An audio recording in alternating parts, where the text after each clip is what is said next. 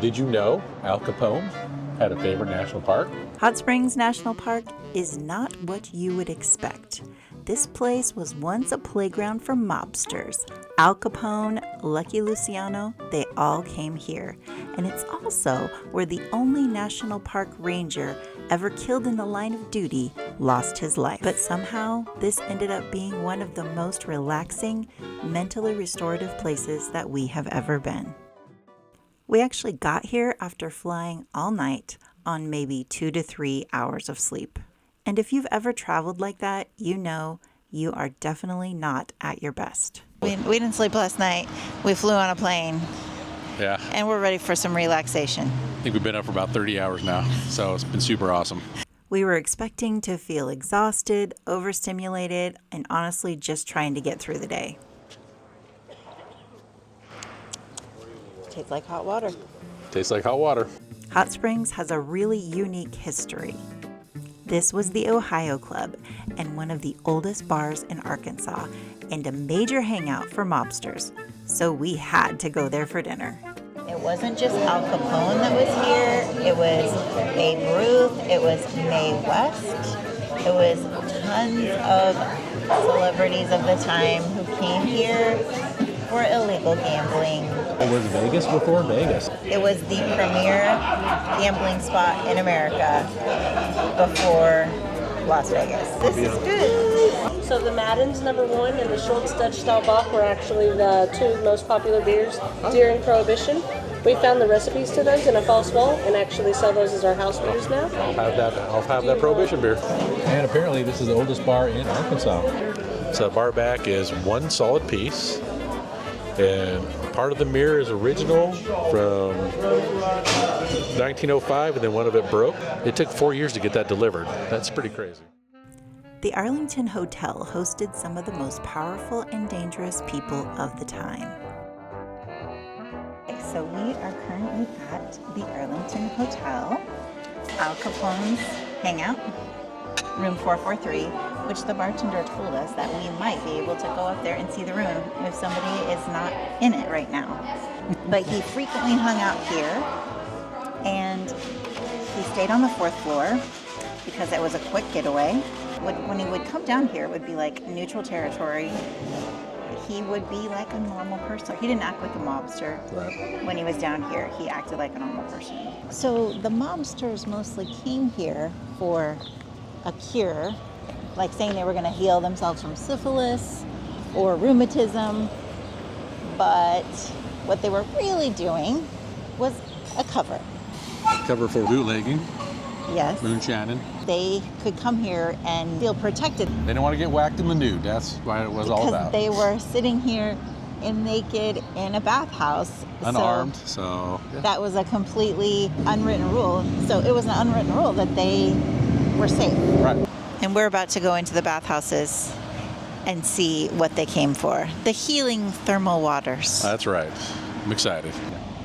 There is a public bath that you could just go in and soak in the hot tub. Like, that one's at Quapaw, but that one is closed today on a Tuesday. So don't come on Tuesday if you want to go that one. So we're going to go to, I think, a more individualized bath experience. Hopefully we can film some of it, so we'll let you know. Yeah. We booked a traditional bathhouse experience at the Buckstaff Bathhouse. And this place hasn't been modernized. They're still using the same equipment and the methods from the early 1900s. This is a clip from the Visitor Center showing you what some of the equipment looked like and still looks like inside the Buckstaff Bathhouse.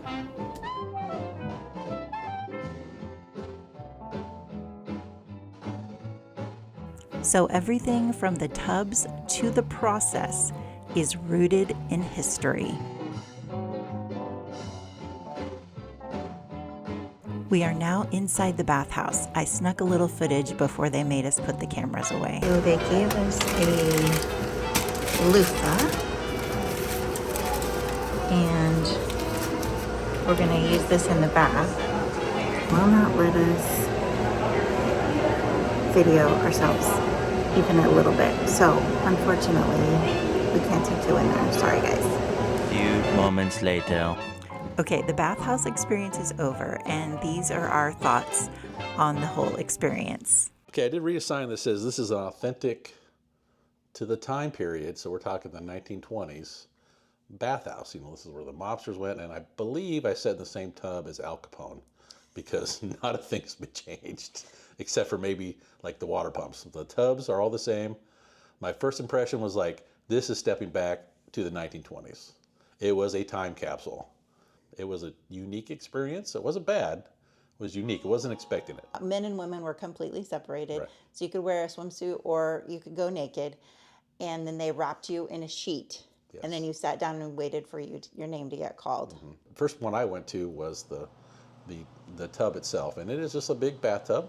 They do clean it every time. They put fresh water in there and clean it. Drop the towel and jump in the tub, and he flips a switch on, and then the bubbles cover everything else up after that. Did they not scrub you with the scrubber?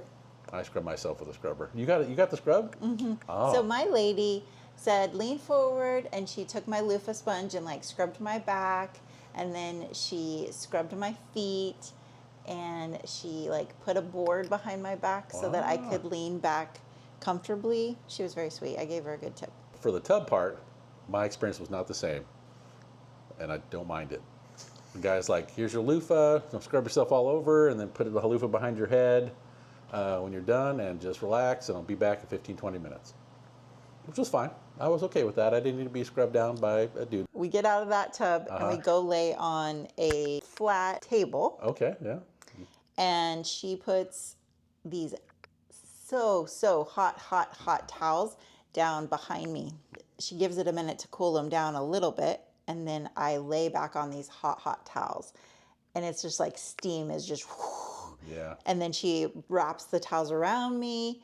She puts them on top of me, hot again, and on my legs and feet after I was already overheated from that first one. Oh, thank God that didn't happen to me. My second part, they have a sitz bath, a ceramic tub with like a wood board on the bottom and this hot water, like a shower for your back.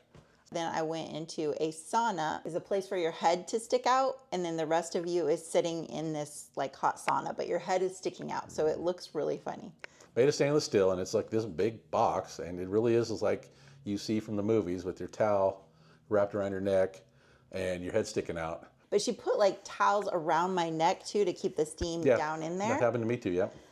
And the sheer amount of laundry they must have to do, because they used probably 20. There's a rhythm to the whole experience.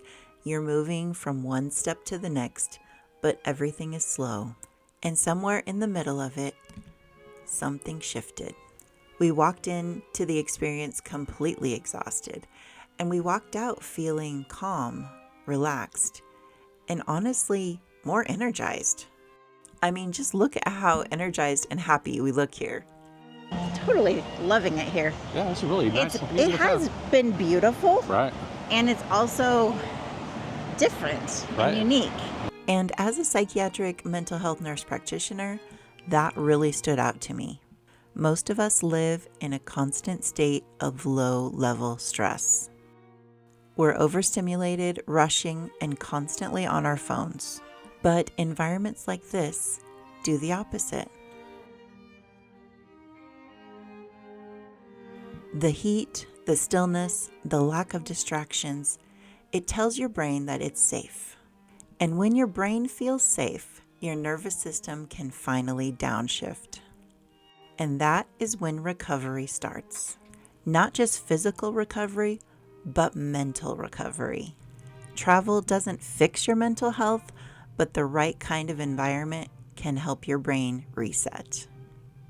What's fascinating about hot springs is that it holds both extremes, a past filled with chaos, intensity, and danger, and a present that invites you to slow down and actually take care of yourself.